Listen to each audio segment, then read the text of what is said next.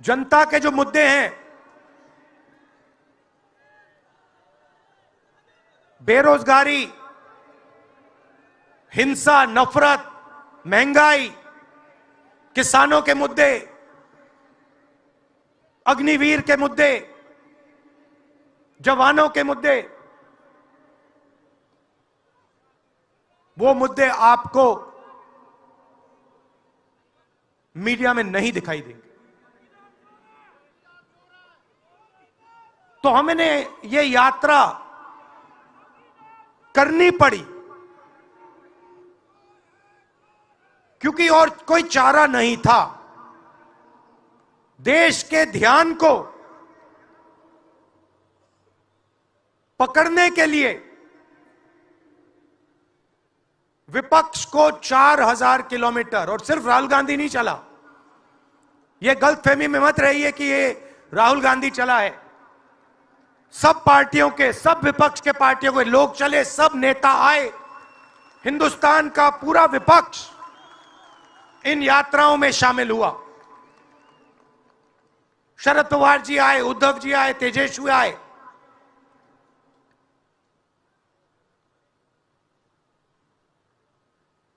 Social media में भी आप गलतफहमी में मत रहिए।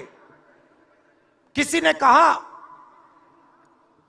कि सोशल मीडिया एक रास्ता है, सोशल मीडिया रास्ता नहीं है, उस पर भी कंट्रोल है। अमेरिका की कंपनियों पे दबाव है।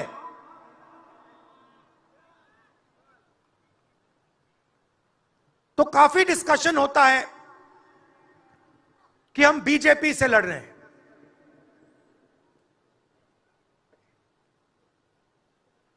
लोग सोचते हैं कि हम सब एक राजनीतिक दल के खिलाफ लड़ रहे हैं। देश भी सोचता है कि ये जो नेता स्टेज पे बैठे हैं अलग अलग पॉलिटिकल पार्टीज से हैं, ये एक राजनीतिक पार्टी से लड़ रहे हैं। ये सच नहीं है, ये गलत है। हम राजनीतिक पार्टी से नहीं लड़ रहे हैं और ये समझने की जरूरत है। हिंदुस्तान के युवाओं को यह बात समझनी होगी। कोई और कहता है ये सब लोग एक व्यक्ति के खिलाफ लड़ रहे हैं, नरेंद्र मोदी के खिलाफ लड़ रहे हैं। नहीं, हम एक व्यक्ति के खिलाफ भी नहीं लड़ रहे हैं, ना हम बीजेपी के खिलाफ लड़ रहे हैं, ना हम एक व्यक्ति के खिलाफ लड़ रहे हैं। एक व्यक्ति को चेहरा बनाकर ऊपर डाल रखा है।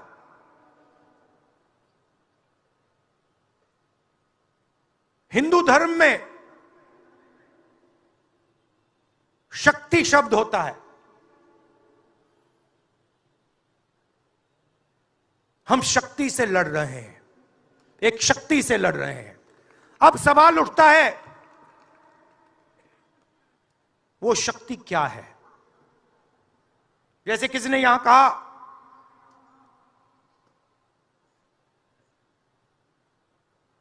राजा की आत्मा ईवीएम में है। सही है, सही है। राजा की आत्मा ईवीएम में है।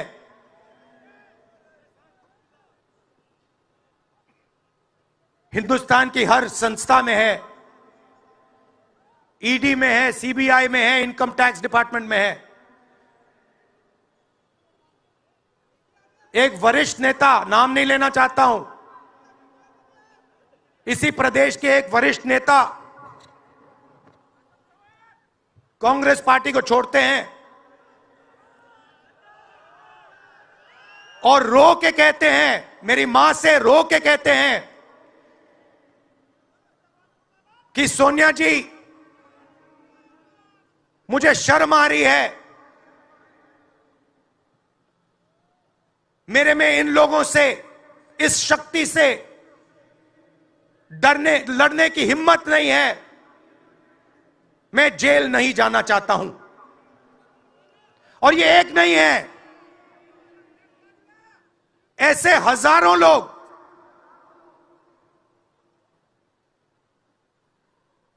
डराए गए हैं। क्या आप सोचते हो शिवसेना के लोग, एनसी के लोग ऐसे ही चले गए? नहीं, जिस शक्ति की मैं बात कर रहा हूं, उन्होंने उनका गला पकड़कर उनको बीजेपी की ओर किया है और वो सब डर के गए हैं।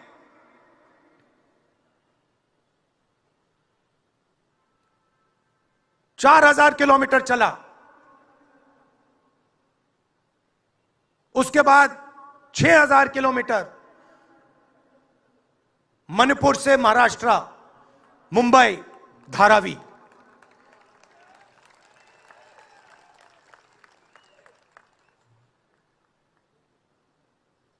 क्या मैंने देखा, क्या सुना, मैं आपको समझा नहीं सकता, शब्दों में नहीं बता सकता मैं आपको। बोल रहा हूं तो बात याद आई, मेरे पास एक युवा आता है, जीप पर कूदता है, सिक्योरिटी वाले उसको मारते हैं, दबाकर मारते हैं, तब भी वो आता है, हाथ पकड़ता है, आंख में आंसू, मुझे कहता है राहुल जी, मैंने 3 साल हर रोज सुबह रनिंग की, पुलअप्स की, पुशअप की, दंड बैठक, सब कुछ मैंने किया। मेरे दिल में देशभक्ति थी। मैं चाहता था कि मैं लद्दाख में जाकर, ठंड में जाकर, ठंड में कांपूं, देश के दुश्मनों के सामने कांपूं, और एक दिन अगर मौका बने तो उनकी गोली भी खाऊं। यह मैंने सोचा था। राहुल जी, अग्निवीर लागू कर दिया। मेरे देश ने मुझे धोखा दिया है। नहीं, तुम्हारे देश ने तुम्हें धोखा नहीं दिया, तुम्हारी सेना ने तुम्हें धोखा नहीं दिया, उसी शक्ति ने तुम्हें धोखा दिया है। नरेंद्र मोदी भाइयों और बहनों सिर्फ मास्क है, मुखौटा है। जैसे ये बॉलीवुड के एक्टर हैं, उनको रोल दिया गया है कि भैया आज सुबह आपको यह करना है, कल आपको यह बोलना है, परसों आप यह करोगे, सुबह उठ के समुद्र के नीचे जाओ, चलो सी प्लेन में उड़ो। 56 इंच की छाती नहीं है, खोखला व्यक्ति है।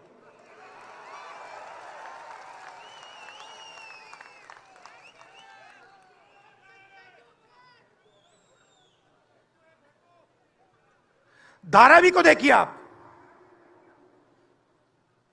मुझसे पूछा गया कि ये जो यात्रा होगी कहां से कहां होगी। मैंने सोचा, एक बात क्लियर थी, मणिपुर से शुरू होगी। क्यों? वहां पे इसी शक्ति ने सिविल वॉर का माहौल बना रखा है। भाई भाई को मार रहा है, गोली मार रहे हैं,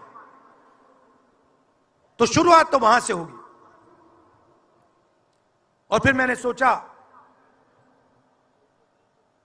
अगर हिंदुस्तान को नया विजन देना है तो यात्रा धारावी में खत्म होगी। ये हुनर का कैपिटल है, हिंदुस्तान के टैलेंट का, स्किल का, हुनर का कैपिटल है। और इनको यहीं से, मुंबई से, इनके घरों से वही शक्ति इनको उठाकर बाहर फेंक रही है।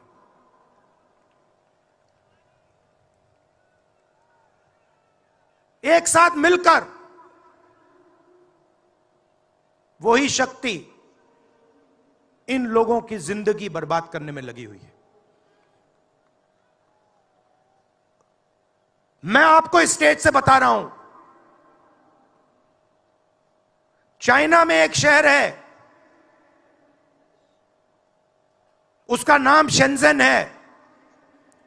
सच्चा मुकाबला उस शहर से है जो आपको मीडिया में कभी कोई नहीं बताएगा। धारावी शेंजन का मुकाबला कर सकता है। बैंक के दरवाजे इन बच्चों के लिए खोलो, इन बच्चों को सरकार की मदद करो, और फिर देखो ये शेंजन का क्या करते हैं। उठा के परे कर देंगे शेंजन को ये लोग। Made in Mumbai, made in Dharavi, made in China को उड़ा के हटा देगा, परे कर देगा। मगर नहीं, 22 लोग हैं यहां पे,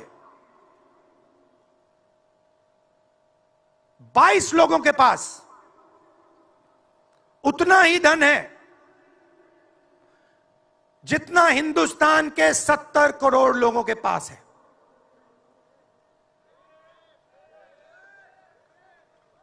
हिंदुस्तान में इंटरनेशनल एयरपोर्ट खुलवाने के लिए साल लग जाते हैं। 10 दिन में शादी के लिए इंटरनेशनल एयरपोर्ट खुल जाता है। वो ठीक है, कोई बड़ी बात नहीं है। अगर 10 दिन में शादी के लिए खुल जाता है वो ठीक है, करना है करो, मगर बाकी हिंदुस्तान में भी तो खोलो, बाकी प्रदेशों में खोलो। इन्होंने क्या गलती की है?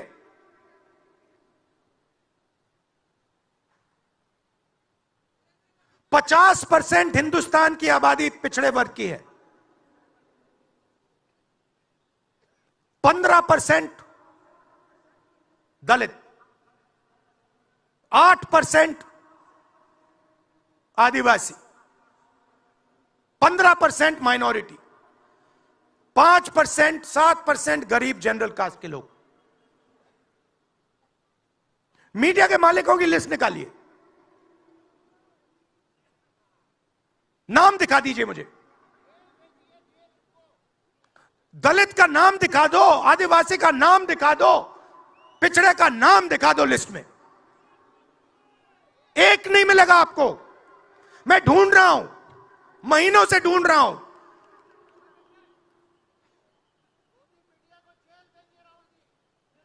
इनकी गलती नहीं है बेचारों की। जैसे मोदी जी मुखौटे हैं, जैसे उनका रिमोट कंट्रोल इनका भी है।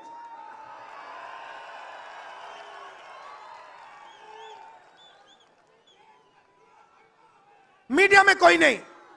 हिंदुस्तान की सबसे 200 बड़ी कंपनियों की लिस्ट निकालिए, मालिकों की लिस्ट निकालिए। गरीब जनरल कास्ट का व्यक्ति का नाम बता दो मुझे, दलित का, पिछड़े का, किसी भी गरीब व्यक्ति का नाम बता दो, किसी भी पिछड़े का नाम बता दो 200 कंपनियों के मालिक की लिस्ट में। नहीं मिलेगा। 90 अफसर इस देश को चलाते हैं। मैंने सिस्टम अंदर से देखा है, मैं समझता हूं सिस्टम को, इसलिए मोदी जी मुझसे डरते हैं। सब कुछ देखा है मैंने, सब समझता हूं। मैं अंदर बैठता था उसमें, सालों में अंदर बैठा हूं। कोई नहीं छुप सकता मुझसे, और मुझे दबा भी नहीं सकते हैं। मोदी जी को दबा सकते हैं तो 90 लोग हैं, उसमें 3 पिछड़े हैं, 3 दलित, 1 आदिवासी। फर्स्ट जनरेशन गरीब जनरल कास्ट का मुझे दिखा दो, उसमें एक नहीं मिलेगा। बजट में 100 रुपए खर्च होते हैं,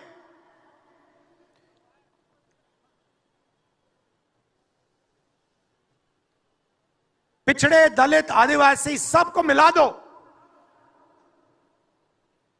6 रुपए का निर्णय लेते हैं। पॉलिसी कहां बनती है? पॉलिसी ये 90 लोग बनाते हैं, उसमें 200-300 और जोड़ दो,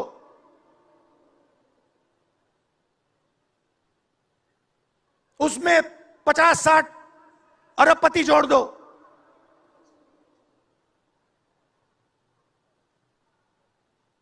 ये है सच्ची शक्ति जो हिंदुस्तान को चला रहा है। और इससे आप कोई नहीं बचेगा, आप में से कोई नहीं बचने वाला। यहां किसी ने ईवीएम की बात की, मैं आपको बता रहा हूं, ईवीएम के बिना नरेंद्र मोदी चुनाव नहीं जीत सकता है। इलेक्शन कमीशन से हमने कहा कि एक काम कीजिए, विपक्ष की पार्टी को ये मशीनें दिखा दीजिए, खोल के हमें दिखा दीजिए ये कैसे चलती हैं, हमारे एक्सपर्ट्स को दिखा दीजिए। इलेक्शन कमीशन नहीं दिखाता। फिर हमने कहा देखिए, इसमें से कागज निकलता है, वोट मशीन में नहीं है, वोट कागज में है। ठीक है, आप मशीन चलाइए, मगर कागज की भी गिनती कर दीजिए। इलेक्शन कमीशन कहता है नहीं, कागज की गिनती नहीं होगी। क्यों नहीं होगी?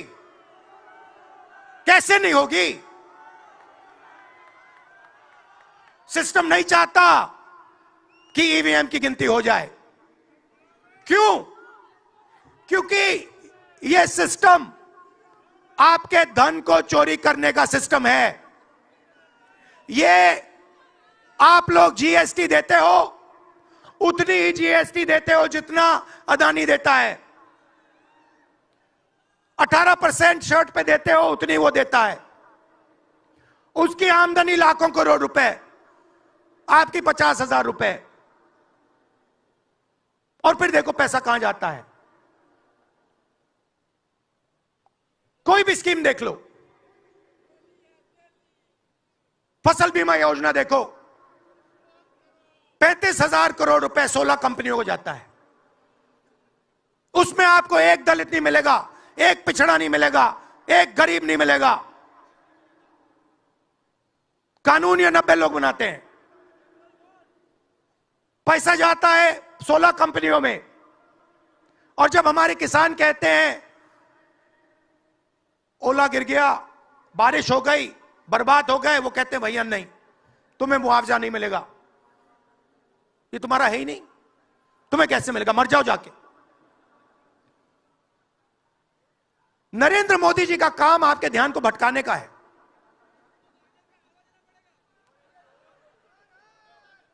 कभी आपसे कहेंगे देखो देखो, चाइना की ओर देखो, पाकिस्तान की ओर देखो। कभी मोबाइल फोन की लाइट ऑन कर देंगे, थाली बजाओ।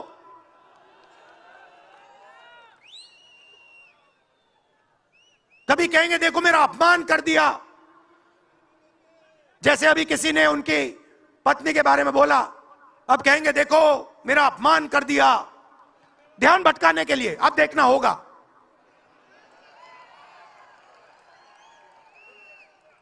मगर यात्रा में यह सब साफ दिख जाता है, दर्द दिख जाता है, दुख दिख जाता है।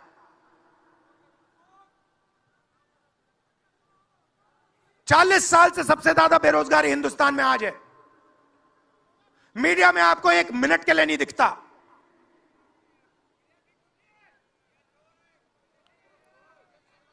मोबाइल फोन आप देखते हो, चाइना का मोबाइल फोन, शर्ट खरीदते हो चाइना की शर्ट, जूते खरीदते हो चाइना के जूते, चाइना के युवा को फायदा हो रहा है। और किसको फायदा हो रहा है? और किसको फायदा हो रहा है? यह आपने कभी पूछा अपने आप से? जब चाइना का यहां माल बिकता है, सिर्फ चाइना को फायदा नहीं होता, हिंदुस्तान के अरबपतियों को भी फायदा होता है भाई और बहनों। इसलिए धारावी को कभी उठने नहीं देंगे। इसलिए धारावी को यह सरकार कभी सपोर्ट नहीं दे सकती।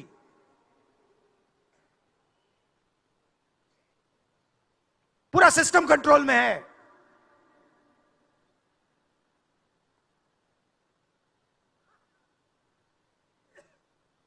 जब इनकी पहले सरकार आई, मैं आपको दिल की बात बताता हूं, पहले इनकी सरकार आई, अरुण जेटली मेरे पास आते हैं, कमरे में बैठते हैं और मुझे कहते हैं, राहुल, ये जो लैंड एक्विजिशन का मामला है,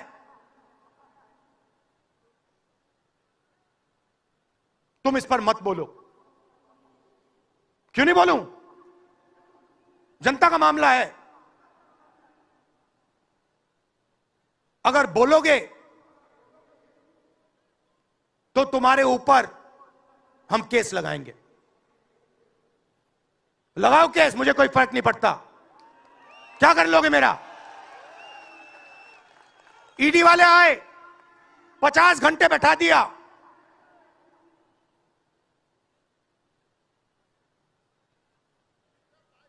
अंत में पता है क्या बोलता है ईडी का अफसर? मुझे पता है क्या बोलता है?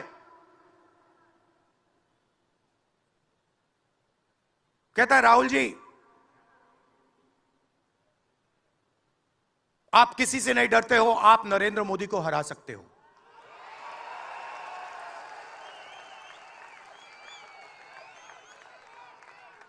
ईडी का अफसर बोलता है मुझे।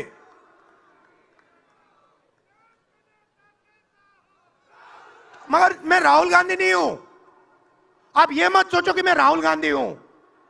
आप यह मत सोचो कि उद्धव ठाकरे हैं। यह नहीं है, यह हिंदुस्तान की आवाज है। आप देखिए, हर प्रदेश से यहां लोग बैठे हैं, हर व्यक्ति ने अपनी यहां बात रखी। स्टालिन जी ने अपनी बात रखी, सोरेन जी ने अपनी बात रखी।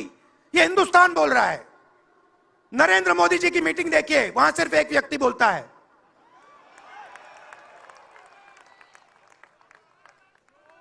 गडकरी जी परे हो जाते हैं, माला के बाहर निकाल देते हैं उनको। इसलिए हमने इसको इंडिया गठबंधन नाम दिया है। यह हिंदुस्तान की रक्षा कर रहा है। ये सब लोग डरे नहीं हैं। ये सब लोग उसी सिस्टम का मुकाबला कर रहे हैं। आज नरेंद्र मोदी के पास भ्रष्टाचार की मोनोपोली है।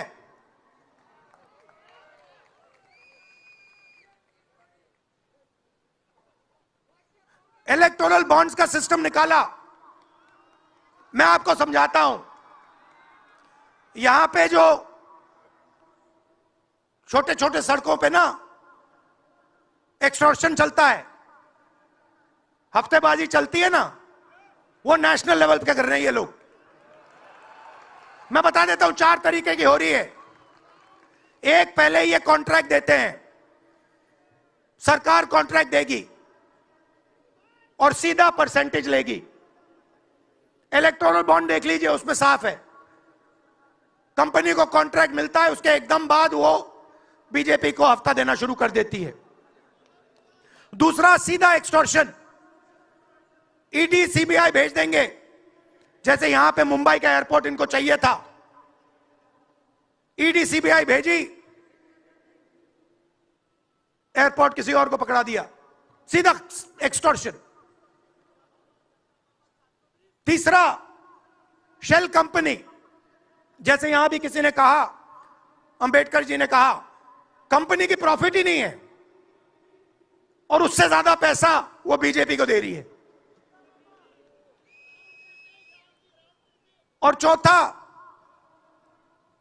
कॉन्ट्रैक्ट देने के पहले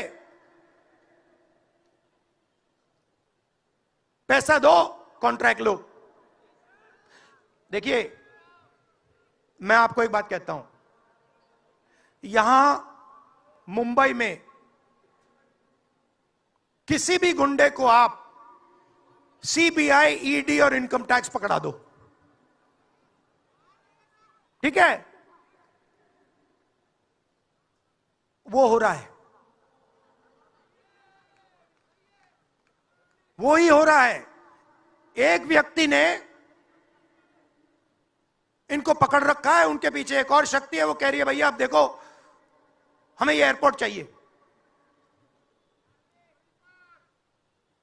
आपका एयरपोर्ट मुंबई का एयरपोर्ट है ना, आपने तो देखा, सीबीआई की इंक्वायरी हुई और उसके एकदम बाद मुंबई एयरपोर्ट अदानी जी को मिल गया। तो मैं आपसे कह रहा हूं कि इससे आपका नुकसान हो रहा है। नोटबंदी की, जीएसटी लागू की, जो हिंदुस्तान का रोजगार का सिस्टम था उसको खत्म कर दिया। चाहते हैं कि यहां सिर्फ 20-25 कंपनियों का राज हो। चाहते हैं कि ये जब छोटा धंधा चलाते हैं, सब्जी बेचते हैं, छोटे छोटे दुकानें चलाते हैं, चाहते हैं ये सब खत्म हो जाए और एक के बाद एक इनको खत्म कर रहे हैं। स्मॉल और मीडियम मैन्युफैक्चरिंग जो है उसको सबको खत्म कर रहे हैं। यही लोग तो चाइना का मुकाबला कर सकते हैं। जो स्मॉल और मीडियम इंडस्ट्री है वही तो चाइना का मुकाबला करेगी, वही तो देश को रोजगार देगी। उस नींव को उड़ा रहे हैं। और आपको खड़ा होना पड़ेगा। आपके बिना काम नहीं बनने वाला। आप हो भारत माता, आप सब भारत माता हो और आपकी जिम्मेदारी बनती है, हमारी जिम्मेदारी है, मगर देश के युवाओं की भी जिम्मेदारी बनती है।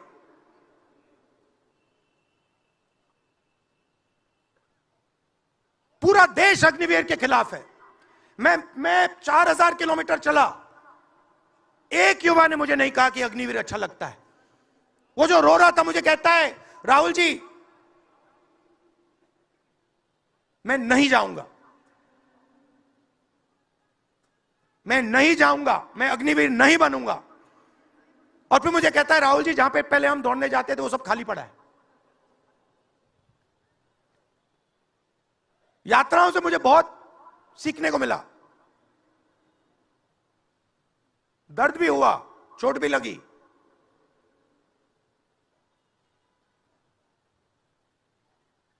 मगर जो प्यार मिला, दिल से जो प्यार मिला,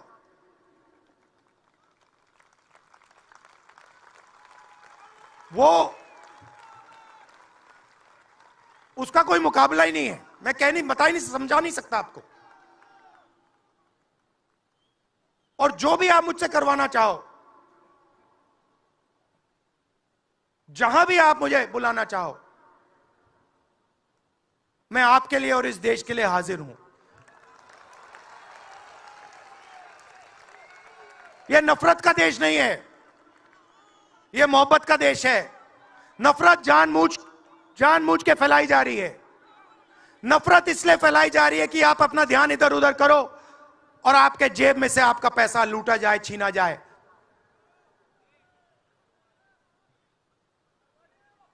तो नफरत को नहीं फैलने दो। जैसे यात्रा से मैसेज निकला, हिंदुस्तान के दिल से मैसेज निकला, नफरत के बाजार में मोहब्बत की दुकान खोलो। ये हमारे सब महापुरुषों ने कहा है। गांधी जी ने कहा, बुद्ध भगवान ने कहा, राम जी ने कहा, यही कहा। अगर राम का, बुद्धा का एक ही मैसेज है, नफरत के बाजार में मोहब्बत की दुकान खोलो। धन्यवाद।